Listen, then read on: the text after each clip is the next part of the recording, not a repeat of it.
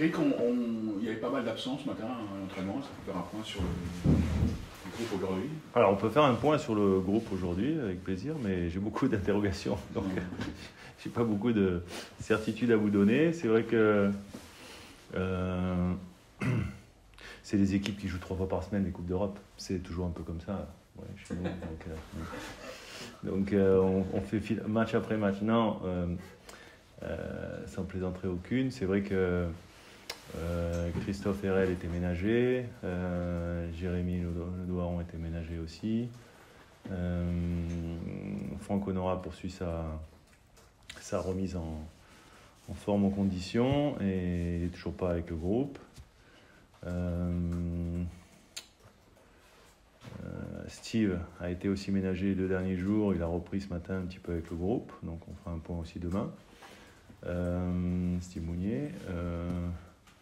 Qui d'autre? Parce que j'en ai tellement. Achraf, oui, Achraf est également dans une période de récupération, donc il n'était aussi pas dans le groupe. Mathias, lui, a repris la course ce matin. Voilà, donc la liste, elle s'allonge un petit peu, et c'est vrai que on y verra peut-être un petit peu plus clair demain sur le dernier entraînement, qui pourra participer ou pas, et quelles seront les sensations des uns et des autres pour les convoquer pour le match. Mais c'est vrai que sur les 5-6 qu'on a cités, clairement, il y en a quelques-uns qui seront certainement absents. Je me permets, je t'interromps. Qui est forfait acté dans déjà Mathias, parce qu'il a repris à peine la course.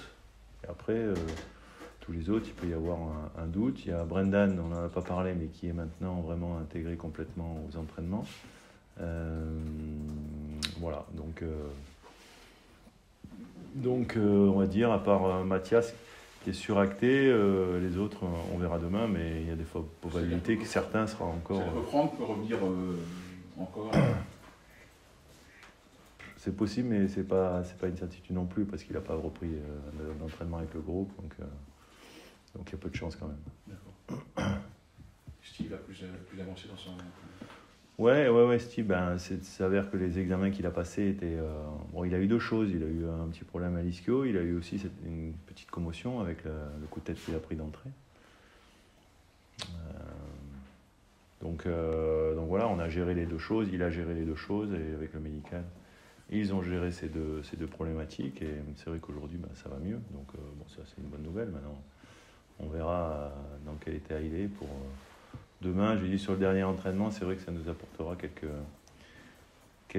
réponses. Jérémy est sorti prématurément l'entraînement dans la semaine aussi. Hier. D'accord. Hier, pour une douleur à la hanche, a priori.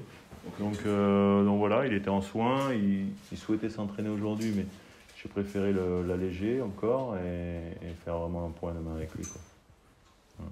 Et Christophe, c'était quoi le... Christophe, il avait un petit peu mal au genou, donc on l'a aussi fait souffler. Je pense aussi que la semaine des 3 matchs, elle n'a pas fait du bien à tout le monde, parce que voilà, l'effectif et les joueurs ne sont pas habitués ici à jouer autant de matchs rapprochés. Donc effectivement, c'est une problématique que l'on peut avoir.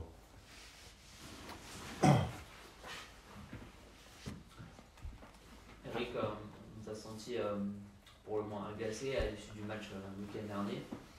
Est-ce que cette semaine, tu as peut-être essayé 2-3 choses pour, je dirais pas remobiliser, mais peut-être remettre un peu tes joueurs dedans après la performance décevante à Montpellier? Ouais, certainement. Il est évident que, de toute façon, moi, comme souvent les coachs, on n'aime pas perdre. Hein. Donc forcément qu'on n'est pas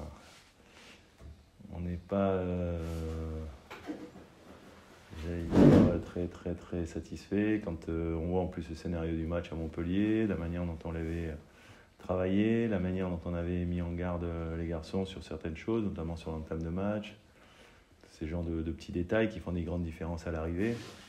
Donc voilà, on a traversé ça ensemble cette semaine, qui était quand même une semaine avec cette première défaite en championnat, et il est évident qu'on a la volonté de pouvoir montrer à nouveau le visage qui était, je pense, plus clairement le nôtre sur ce match de Monaco, et comme on l'a éprouvé avant le match de Montpellier sur les quelques matchs qu'on avait joué ensemble. Donc Bon, comme je dis, perdre un match, ça arrive à tout le monde. Être battu par un adversaire plus fort, ça peut arriver, mais avoir l'impression de quelque part faciliter le travail de l'adversaire, c'est vrai que c'est pas dans mes objectifs avec cette équipe-là, quoi. Donc voilà, effectivement, on a essayé de remobiliser tout le monde. Voilà, c'était une semaine un peu particulière aussi parce que, comme vous l'avez dit, il y a pas mal d'incertitudes. Mais bon, je pense que le 11 qui démarrera et les 5 autres qui rentreront en jeu font le taf. Pardon. La théorie, c'est l'accident de parcours, Eric, ou quoi? Parce que, enfin, on se Pas de demandait théorie, comment revenir là-dessus, parce que tout le monde s'est bien rendu compte que le stade était à côté de ses pompes dimanche dernier. Ouais, j'ai pas de théorie là-dessus. C'est l'avenir qui nous le dira. L'accident de parcours, j'en sais rien. Si ça doit être un accident de parcours, tant mieux. Maintenant, il est évident que on a montré des choses sur certains matchs, notamment contre Lens sur le dernier match avant le match de Montpellier, où on avait montré des qualités mentales, des qualités aussi de jeu, et que c'était clairement défini entre nous, qu'il ne fallait pas descendre en dessous de ça, parce que pour faire des résultats aujourd'hui jusqu'à la fin de la saison, et quand on voit le calendrier qui nous attend, il va falloir être performant comme ça sur les matchs. Donc il est évident qu'on ne peut pas se permettre de descendre d'un cran ou 2 crans en dessous, comme on l'a pu le faire à Montpellier. Donc c'est un avertissement, mais en même temps, c'est aussi les aléas d'une équipe qui se reconstruit, mais qui n'est pas non plus forcément empreint de certitude pour pouvoir gérer toutes les situations. Donc voilà, on n'a pas géré la situation de prendre un but rapidement. On s'est désunis, on a voulu peut-être revenir trop rapidement dans ce match-là, et après on a été punis. Et c'est vrai qu'à l'arrivée, on a pris ce match à l'envers, quoi. Donc ça doit être en tous les cas une bonne leçon pour que justement à l'avenir ce genre de choses ne se reproduisent plus. On a besoin d'en parler dans la semaine, d'un match comme ça, où tout le monde se rend compte de... Non, on a besoin de toute façon de débriefer ce genre de choses, parce que je considère que quand on ne gagne pas, on doit apprendre déjà au moins. Et j'espère qu'on apprendra aussi de ce match-là, qui était en plus contre un concurrent direct. Donc voilà, après, ça ne sert à rien non plus de ressasser. Quand c'est passé, c'est passé. C'est pour ça que c'est important de faire un retour, mais en même temps, ne pas non plus, j'allais dire, ressasser des choses négatives. J'ai envie d'avoir... et moi, depuis que je suis là, j'essaie d'être très positif dans mon discours auprès des joueurs, dans mon discours sur le bord du terrain. Donc voilà, après, comme je l'aurais dit, quand c'est bien, on va vous dire que c'est bien, et puis quand c'est pas bien, on vous dira que c'est pas bien aussi, parce que c'est la réalité des choses et qu'il faut être clair et il faut être, j'allais dire, honnête aussi avec les joueurs, que ce soit collectivement et individuellement. Et c'est vrai qu'individuellement, il y a des joueurs aussi qui ont pêché dans ce match-là. Donc voilà, mais après, personne n'est condamné pour autant. Le foot, c'est un éternel recommencement, et chaque semaine, on a la possibilité de se rattraper. C'est ça qui est fantastique. Alors, il y en a, c'est tous les 3 jours, nous, c'est chaque semaine. Pour se rattraper, vous jouez aujourd'hui la meilleure équipe de France du moment. Ouais. C'est l'équipe qui est classée numéro 1 sur les 7-8 derniers matchs, je pense, qui est en tête du championnat. J'ai l'impression qu'à chaque fois qu'on joue une équipe, c'est une équipe qui est très en forme. C'est paradoxal, mais à part Montpellier et Angers, et toutes les autres équipes qu'on a rencontrées, c'était des équipes qui étaient très en forme. Lille mettait des rousses à tout le monde. Toulouse, il n'y a que nous pratiquement qui leur ont pris 2 points à part le PSG sur leur dernier match. Voilà, Lens, on sait ce qu'il produisait avant qu'on ait cette double confrontation. Donc il est évident que, en même temps, on va les équipes qu'on rencontre, les autres vont le faire aussi. Donc nous, on les prend peut-être dans des périodes où ils sont en forme, mais bon, peu importe. Ils ont joué un match hier qui a été un match intense, je l'ai vu. Peut-être ça nous aidera aussi dans une deuxième partie du match, mais en tous les cas, il est évident que Monaco, avec son effectif, avec sa qualité, il est évident que c'est un adversaire redoutable. Justement, comment composer avec ça, cette puissance de feu, notamment offensivement? On a vu quand même avec assiduité un entraînement, enfin un exercice ce matin pour essayer de contrôler tout ça, s'adapter à ça. Ouais, non, de toute façon, il faut travailler, il faut faire prendre conscience aux joueurs aussi que quelquefois, en défendant qu'à 7-8, alors là aujourd'hui c'était 7, alors 8 avec le gardien, face à une équipe qui est en supériorité numérique, et on est capable de ne pas concéder de situation, d'occasion, d'être solide, pour peu que collectivement on fasse le travail qu'il faut faire, quoi. Donc ça, c'est pas qu'aujourd'hui, c'est un travail que l'on met en place depuis un petit moment déjà.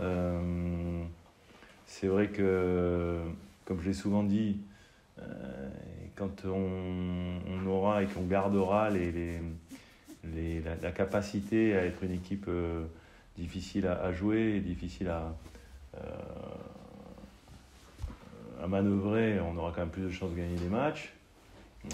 On s'est rendu compte sur le dernier match que la preuve en est que quand on a été beaucoup moins solide, beaucoup moins organisé, beaucoup moins solidaire, beaucoup de choses dans la dimension et dans l'animation défensive, on a été en grande difficulté. Donc voilà, moi je considère que quand on reconstruit une maison, il faut partir des bases, et les bases, c'est d'être une équipe solide défensivement et qui après est capable de proposer, de faire des choses quand elle récupère le ballon. Donc on sait contre Monaco, je pense que sans faire de projection, on aura du mal quand même à avoir la possession, et qu'il faudra être prêt effectivement à de temps en temps souffrir, mais également à leur faire mal comme on l'a fait sur certains matchs précédemment. Les recrues, comment elles s'intègrent dans ce système-là? Quel état sur la progression, notamment des joueurs qui sont plutôt dans le secteur défensif? Bradley, il nous a montré déjà à sa rentrée à Montpellier les qualités qu'on avait décelées chez lui, c'est-à-dire cette explosivité, cette vitesse, cette capacité dans le 1 contre 1 à être j'allais dire, difficilement éliminé, donc capable de gagner des duels. Après, c'est un garçon aussi qui peut se projeter avec cette vitesse-là, et il a une bonne qualité aussi de pied. Donc il va monter petit à petit en puissance, je pense aussi. Après, pour les autres, défensivement, il n'y a pas trop non plus de... C'est plus Félix, le maréchal, qui est au milieu de terrain. Alors lui, Félix, il ne peut pas être aligné, il ne peut pas être dans le groupe face à Monaco, parce que c'est un accord avec l'ASM. Donc c'est un autre des garçons qui est forfait pour ce match-là. Garanti. Mais Félix Willis aussi a montré des choses intéressantes quand ils sont rentrés. J'ai trouvé que les jeunes qui étaient rentrés à Montpellier avaient montré des choses. Et Félix, lui, on sait aussi que c'est un garçon qui va être pour l'avenir, à mon avis, un garçon intéressant. Donc voilà, il s'acclimate petit à petit. Il trouve. Alors quand on est jeune comme ça, c'est souvent leur premier changement d'environnement, quoi. Je veux dire, donc ils doivent prendre leur marque, ils doivent s'habituer, s'acclimater, comprendre leurs partenaires. Bon. Donc c'est un travail à faire, nous on est là pour les aider, et les joueurs qui sont là déjà aussi, pour les intégrer. Donc voilà, et puis après Ellis aussi, on est en train d'essayer d'apprendre à se connaître aussi nous, comment il est capable d'évoluer, à quel poste il se sent le mieux, des choses comme ça. Donc on sait qu'il peut jouer les 3 postes, mais après dans notre effectif, où est-ce qu'il sera le plus le plus performant. Donc tout ça, lui aussi, il est dans une période d'apprentissage, quoi. Donc voilà. Une recrue qu'on n'évoque pas parce qu'elle avait un peu avant, en toi. Kenny Lala, c'est quelqu'un qui apporte quelque chose, qui arrive aussi en décembre. Qu'est-ce qu'il apporte, Kenny, j'ai déjà dit, c'est un garçon qui normalement, quand il arrive avec son expérience, a la connaissance du poste, quoi, déjà. Donc il avait besoin de refaire une préparation, de s'affûter physiquement. Aujourd'hui, je pense qu'il est... je dirais pas à 100% encore, mais je pense au moins à 90%. Donc il est capable encore de faire mieux, à mon sens. Et il a aussi un rôle, il doit avoir un rôle aussi de guider ses plus jeunes partenaires. Donc Kenny, par rapport à ça, il a eu des bons, des moins bons matchs aussi. Mais bon, c'est dans une logique de quelque part de reprise, quoi. Donc avec lui et Noah qui revient aussi de blessure et qui a besoin aussi de temps pour retrouver maintenant du rythme, on a le poste qui est bien pourvu. Voilà.